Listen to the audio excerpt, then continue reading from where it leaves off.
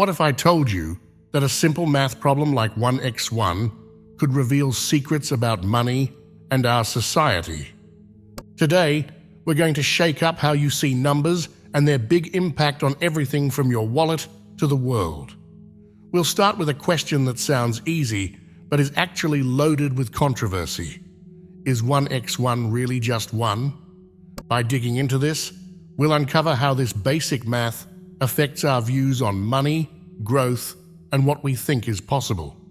We're not just talking about numbers here, we're talking about how these numbers tell a story about the money in your pocket and how the whole system decides what that money is worth.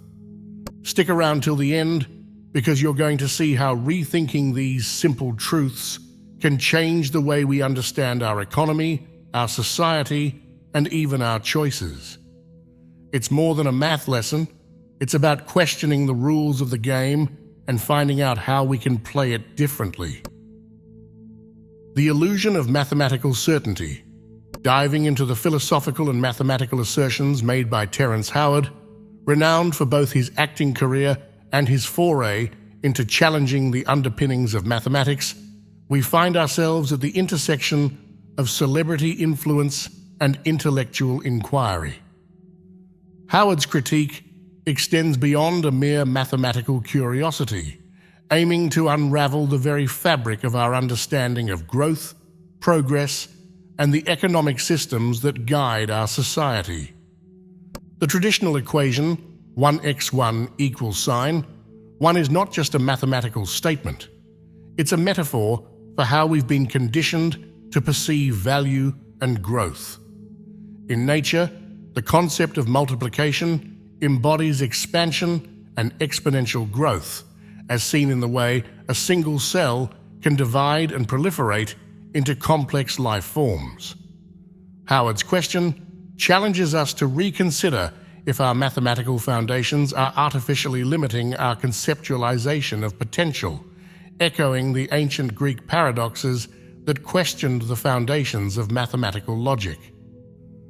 Howard's challenge to the established mathematical principle is a broader metaphor for questioning the very frameworks we use to interpret the world.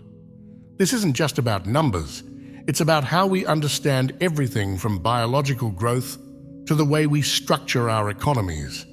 If we're grounded in a flawed understanding from the get-go, what does that say about the conclusions we draw and the systems we build? Howard's provocation is a call to awaken from intellectual complacency and embrace a more dynamic understanding of our world.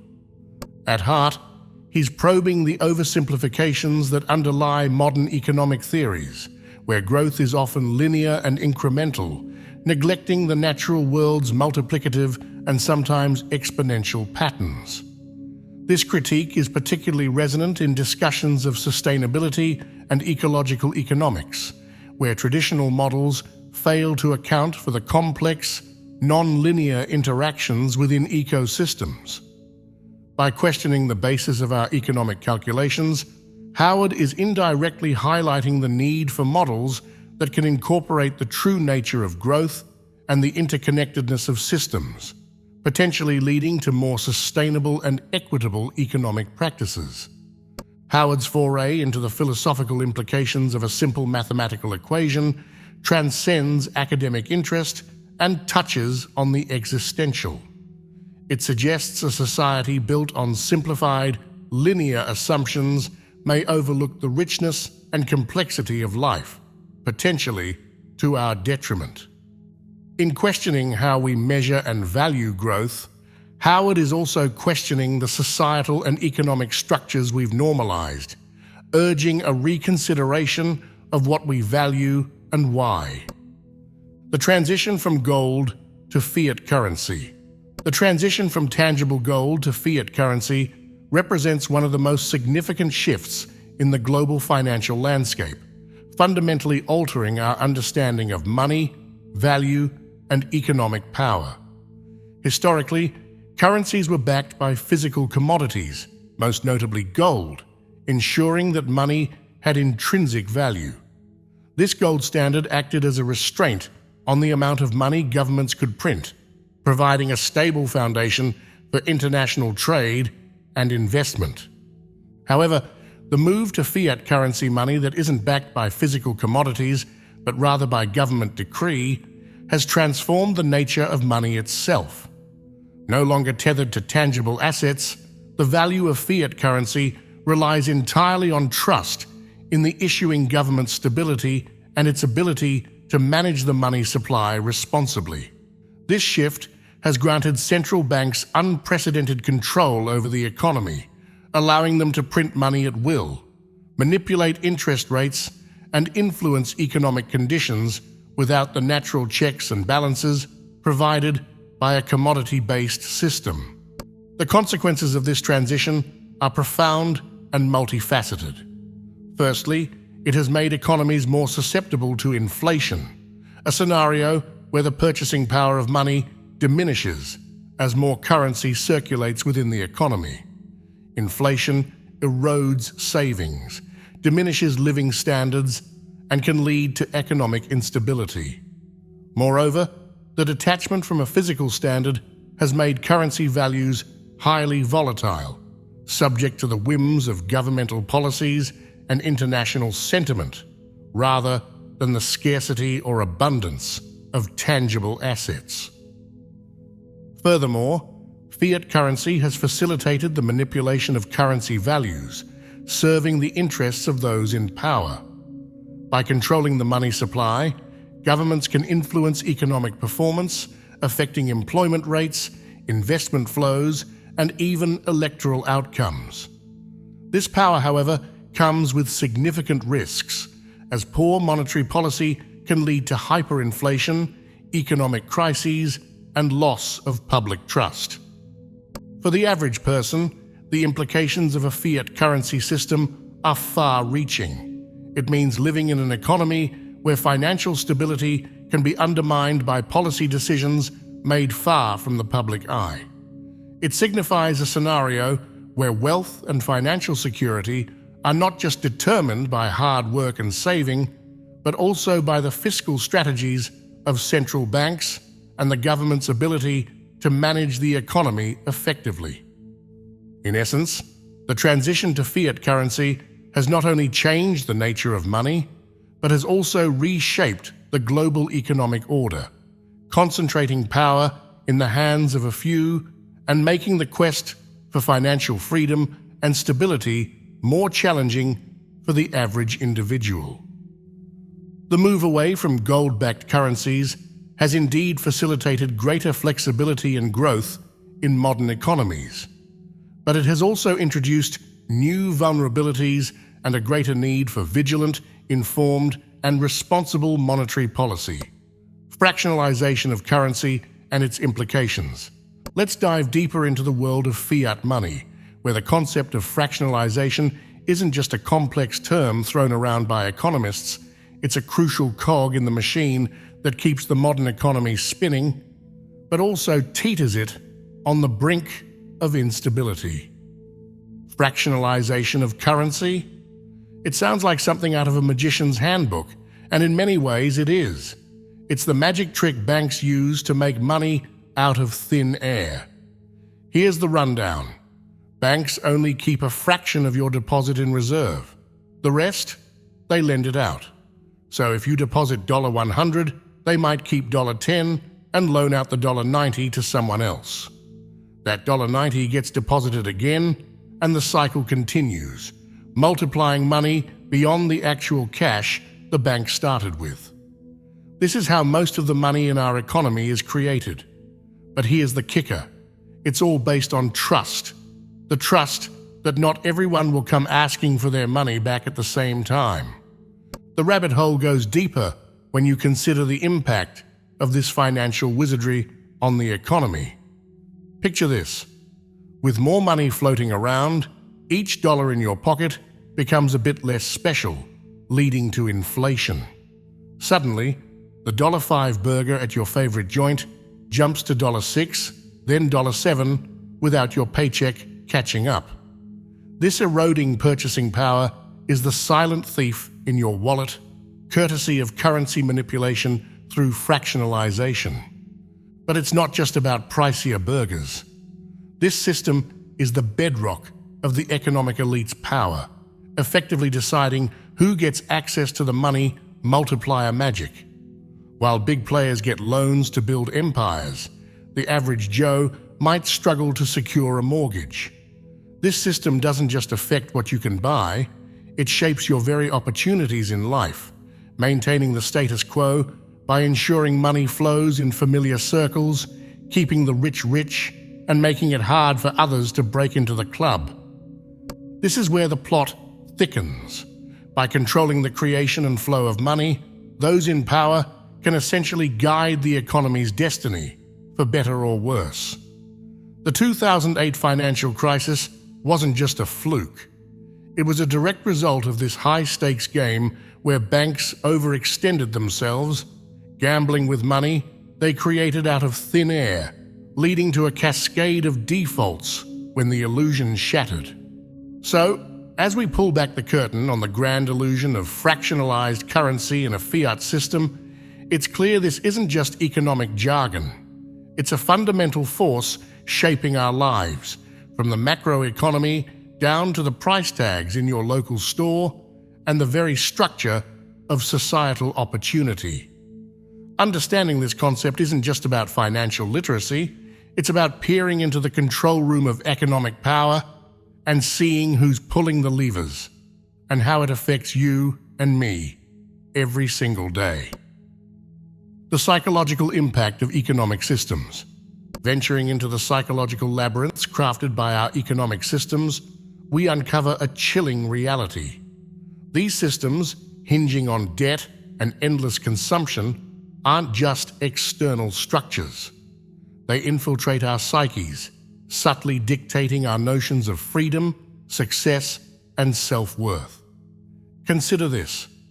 In a world where your value is often measured by your material wealth and your ability to consume, debt becomes not just a financial burden, but a psychological chain. This relentless push towards acquiring more under the guise of achieving success transforms our dreams and aspirations. Individual freedom and autonomy, they become casualties in this relentless pursuit as we're shackled by the very things we thought would liberate us. The psychological toll is profound. Our perception of wealth and success gets skewed. Success is no longer about fulfillment or happiness, but about who can climb higher on the material ladder. This distortion breeds a pervasive sense of inadequacy. No matter how much we have, it's never enough.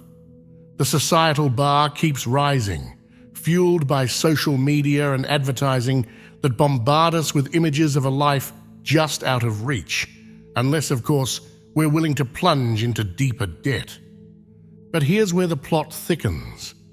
Understanding the true nature of these economic systems, recognizing them as constructs designed to perpetuate consumption and debt, can be our first step towards breaking free.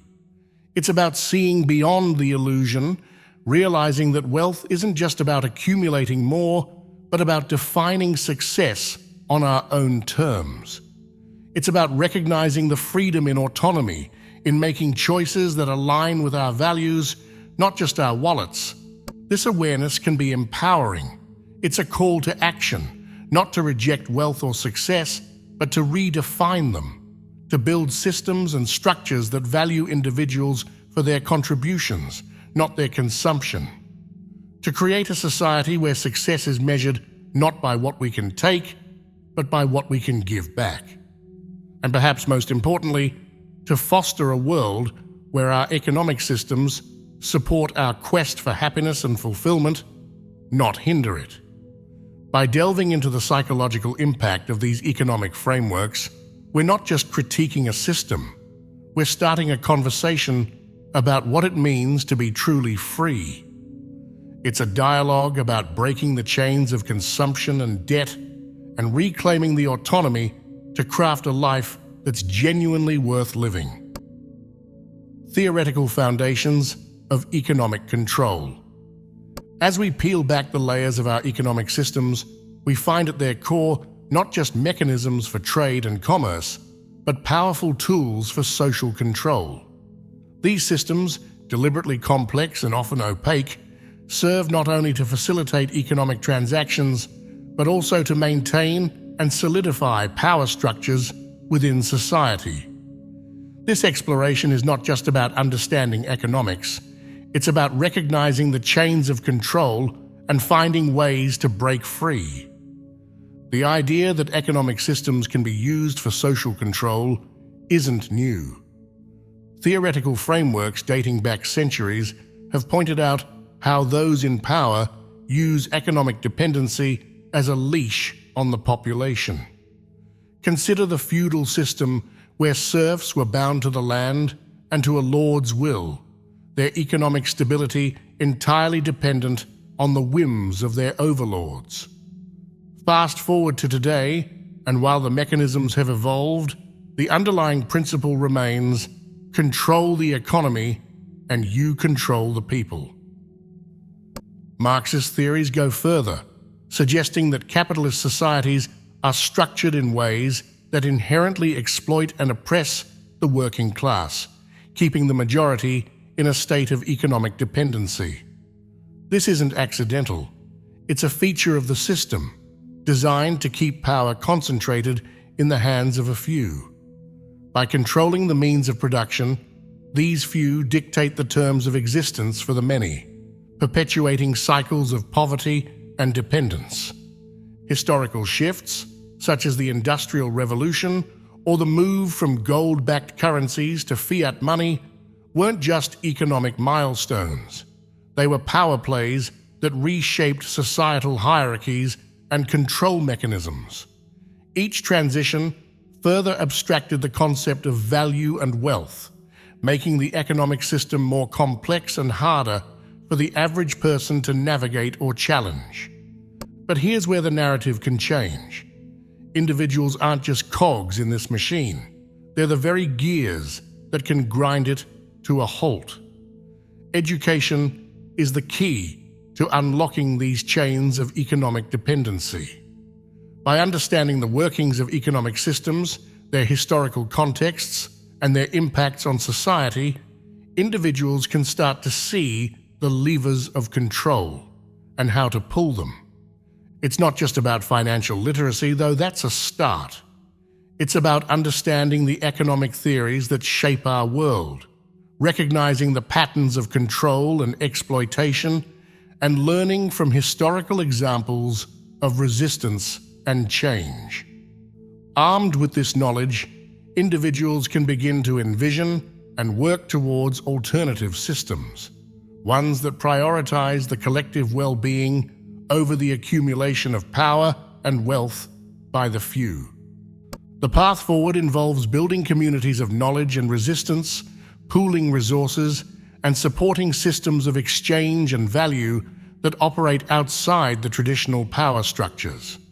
Cooperatives, local currencies, and mutual aid networks are just the beginning. The goal is to create economic structures that empower individuals and communities rather than ensnare them. By confronting the theoretical foundations of economic control, we're not just critiquing the system, we're laying the groundwork for a new one. It's a call to action for each of us to become students of our economic systems, to question, to challenge, and ultimately to transform them. In doing so, we reclaim not just our economic autonomy, but our very freedom to shape the world we live in. Conclusion. Wrapping up our deep dive into the shadows of our economic system, here's the hard truth we've uncovered. From the baseless foundations of our math to the ethereal nature of fiat currency, and from the deceptive practice of currency fractionalization to the psychological chains that bind us to endless consumption and debt. Each step of this journey has peeled back layers of manipulation, revealing a system designed not to empower, but to control. What stands out is the cunning design of these economic mechanisms. They're not just random flaws. They're deliberate tools for maintaining power structures, keeping the many in check, for the benefit of the few. It's a sobering realization that the freedom we cherish is compromised by the very system that governs our livelihood. But here's the kicker. Understanding the game is the first step toward changing it. This isn't just about critiquing what's wrong. It's about sparking a movement toward what could be right. The economic theories and practices that have led us down this path are not set in stone. History is full of moments where the impossible became possible through collective action and a refusal to accept the status quo. So what's our takeaway from all this? It's a call to arms, not for revolution in the streets, but for a revolution in thought and action. It's about educating ourselves, challenging the narratives we've been sold, and most importantly, working together to envision and create economic systems that truly serve the well-being of everyone, not just a privileged few. In essence, breaking free from these chains of economic control isn't just a noble goal, it's an urgent necessity. We've got to ask the tough questions, demand transparency, and push for systems that are fair, equitable, and sustainable. It's about taking back control, not just over our finances, but over our future. This isn't the end of the conversation. It's just the beginning. Let's keep this dialogue going, share what we've learned, and take action in our communities. The road ahead is challenging, but the power to effect change is within our grasp. Together, we can rewrite the rules and build a system that values people over profit. Let's get to work.